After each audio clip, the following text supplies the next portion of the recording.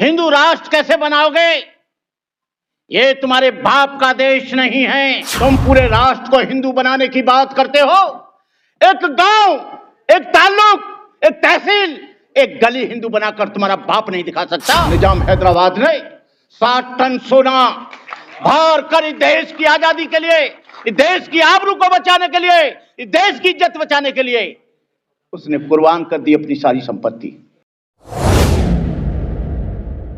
वक्ते जिहाद है शबे रक्स का नहीं, वक्ते जिहाद है शबे रक्स का नहीं, हो खून का कतरा किसी के अस का नहीं, बुलावा सरफरोशों का हुआ आज फिर, है मैदान जानदारों का मरीज इसका नहीं। ये इज्जत आबरू की लड़ाई के लिए हम लोग इकट्ठे हुए हैं। हम जमहूरियत को बचाने के लिए इकट्ठे हुए हैं, संविधान को बचाने के लिए इकट्ठे हुए हैं, और ये हिंदू राष्ट्र ना बने इसके लिए इकट्ठे हुए हैं। ये क्योंकि समय बहुत कम है,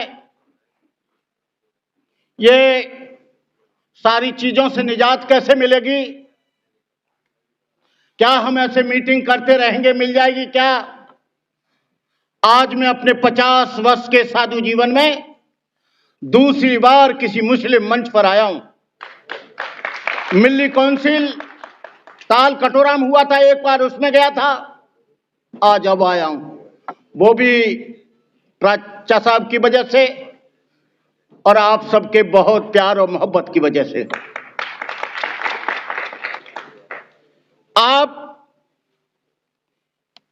दो चीजें, देवकी नंदन परमहंसदास धीरेन्द्र शास्त्री, हम इन आडंबर पाखंडियों के बड़े आभारी हैं कि इन्होंने इस देश में हिंदू राष्ट्र की मांग करके यहां के करोड़ों लोगों को जगा दिया।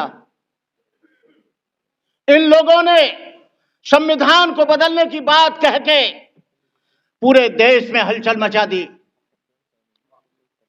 आप लोग बहुत सीधे लोग हैं।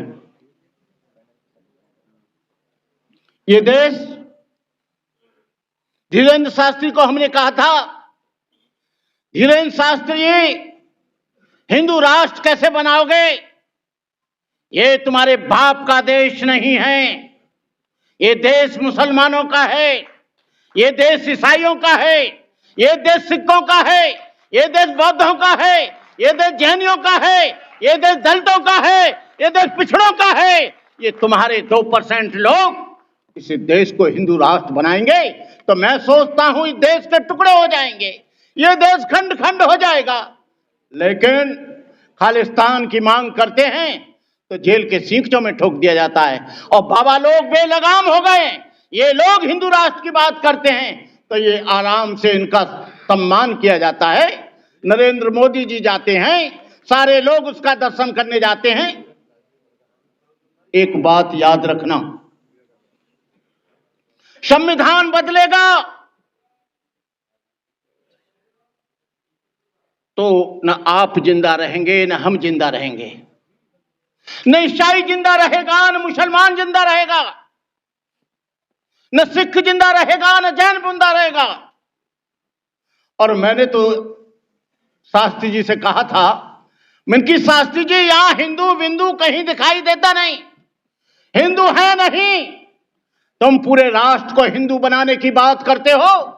एक गांव, एक ताल्लुक, एक तहसील, एक गली हिंदू बनाकर तुम्हारा बाप नहीं दिखा सकता। कहीं से पूछोगे कि यहां हिंदू रहते हैं क्या?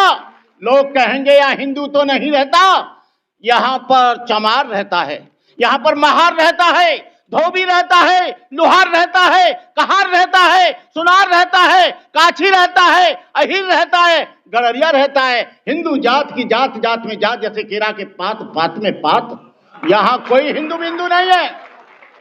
और ये यहां पर ईसाई है और मुसलमान रहता है, सिख रहता है और तमाम मजहब के और लोग रहते हैं। लेकिन मुस्लिम भाइयों से मुझे शिकायत है, वो मैं चूकूंगा नहीं। जब आपकी लड़ाई होती है जब आपके ऊपर दंगे होते हैं, जब आपके ऊपर अत्याचार होता है, तो दलित और पिछड़ा वर्ग चुपचाप रहता है, और दलित और पिछड़े वर्ग पर जुल्म होता है तो आप चुपचाप रहते हो। एट्रोसिटी एक्ट को बदला गया। एट्रोसिटी एक्ट की दलित समाज के लोगों ने लड़ाई लड़ी। 12 बच्चे, दलित बच्चे, वो भी जाटव बच्चे, चमार बच्चे कुर्बान हो गए। एक भी उसमें और कोई नहीं मरा। मैं जानता हूं कि देश की आजादी में मुसलमानों का बहुत बड़ा योगदान है। आप देख लीजिए इंडिया गेट पर, वहां पर सबसे ज्यादा यदि शहीद हुए हैं तो मुसलमान लोग हुए। ये मदरसाओं को कहते हैं कि आतंकवाद के अड्डे हैं। ये आतंकवाद के अड्डे होते तो मौलाना आजाद जैसा देशभक्त इस देश में पैदा नहीं होता। यदि ऐसा होता, ये मदरसे यदि आतंकवादियों के अड्डे होते, तो अब्दुल हमीद जैसा जो पाकिस्तान के टैंकों पर पेट से बम बांधकर कूदा, अब्दुल हमीद पैदा नहीं होता। जिस देश ने इसके लिए बहुत बड़ा लॉन्चर बनाया, रॉकेट लॉन्चर जो तुम देख भी नहीं सकते थे, उसके हमारे आदरणीय अब्दुल कलाम जी ने बनाया। अब्दुल कलाम जैसा राष्ट्रपति नहीं देश में हुआ है न होगा। उस व्यक्ति ने अपनी सारी संपत्ति देश के नाम कर दी। 1 रुपया तनख्वाह लेता था, उसने अपनी पेंशन को भी राष्ट्र के नाम कर दिया। जब इस देश में लड़ाई चल रही थी, ये 1962 की बात है, आपको बताएं कि जवाहरलाल नेहरू, पूरा देश का खजाना खाली हो गया था, चाइना से युद्ध चल रहा था, लेकिन निजाम हैदराबाद ने 60 टन सोना भर कर इस देश की आजादी के लिए, इस देश की आबरू को बचाने के लिए, इस देश की इज्जत बचाने के लिए उसने कुर्बान कर दी अपनी सारी संपत्ति। मैं कहना चाहता हूं, प्राचा साहब, आप यहां नुमाइंदगी करते हैं। मैं चाहता हूं दलित मंचों पर आप भी आएं, भीड़ के साथ आएं, और मुस्लिम मंचों पर हमको भी बुलाएं। ये आदान प्रदान होना चाहिए, तब हम देश में संविधान को बचा पाएंगे। आपकी औकात नहीं है कि आप संविधान को बचा लें, हमारी भी औकात नहीं है कि संविधान को बचा लें, पिछड़े वर्ग की भी औकात नहीं है संविधान को बचा ले, सिखों की औकात भी नहीं है संविधान को बचा ले, ईसाइयों की औकात नहीं है संविधान को बचा ले। संविधान बचेगा, ये सारे अल्पसंख्यक, SC ST और पिछड़ा वर्ग एक मंच पर आएगा। ये 3% रह जाएंगे, इनका बाप हिंदू राष्ट्र नहीं बना पाएगा, इनका बाप संविधान नहीं बदल पाएगा। तो मेरा आपसे गुजारिश है, मेरा आपसे निवेदन है, मेरा आपसे आग्रह है कि आप, ये वक्त आ गया है, हम सब लोग एक मंच पर आकर इस देश को, और सबसे बड़ी बात है प्राचा साहब, आप तो पढ़े लिखे आदमी हैं, तौकीर रजा साहब, आपको बता दूं,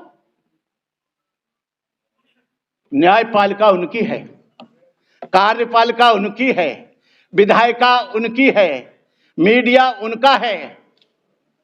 RSS ने 100 बरस तक इंतजार करने के बाद पूरे देश पर काबिज हो गई, और तुम लोग 85% लोग आज मेमोरेंडम देते हो, बड़ी बड़ी सभाएं करते हो।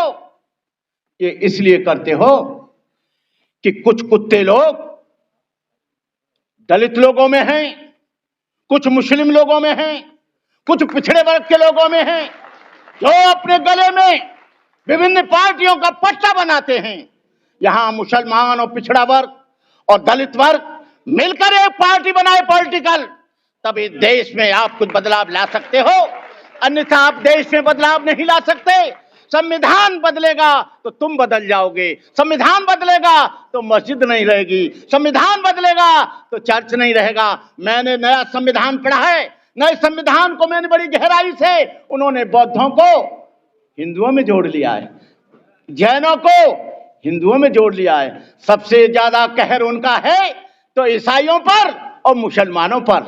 हमारी कोई ज्यादा मुसीबत नहीं होगी, लेकिन इसलिए हमने कहा था, RSS का आदमी कल लाया था, यदि हिंदू होता बौद्ध धर्म तो डॉक्टर अंबेडकर हिंदू धर्म को लात मारकर वो बौद्ध क्यों होते?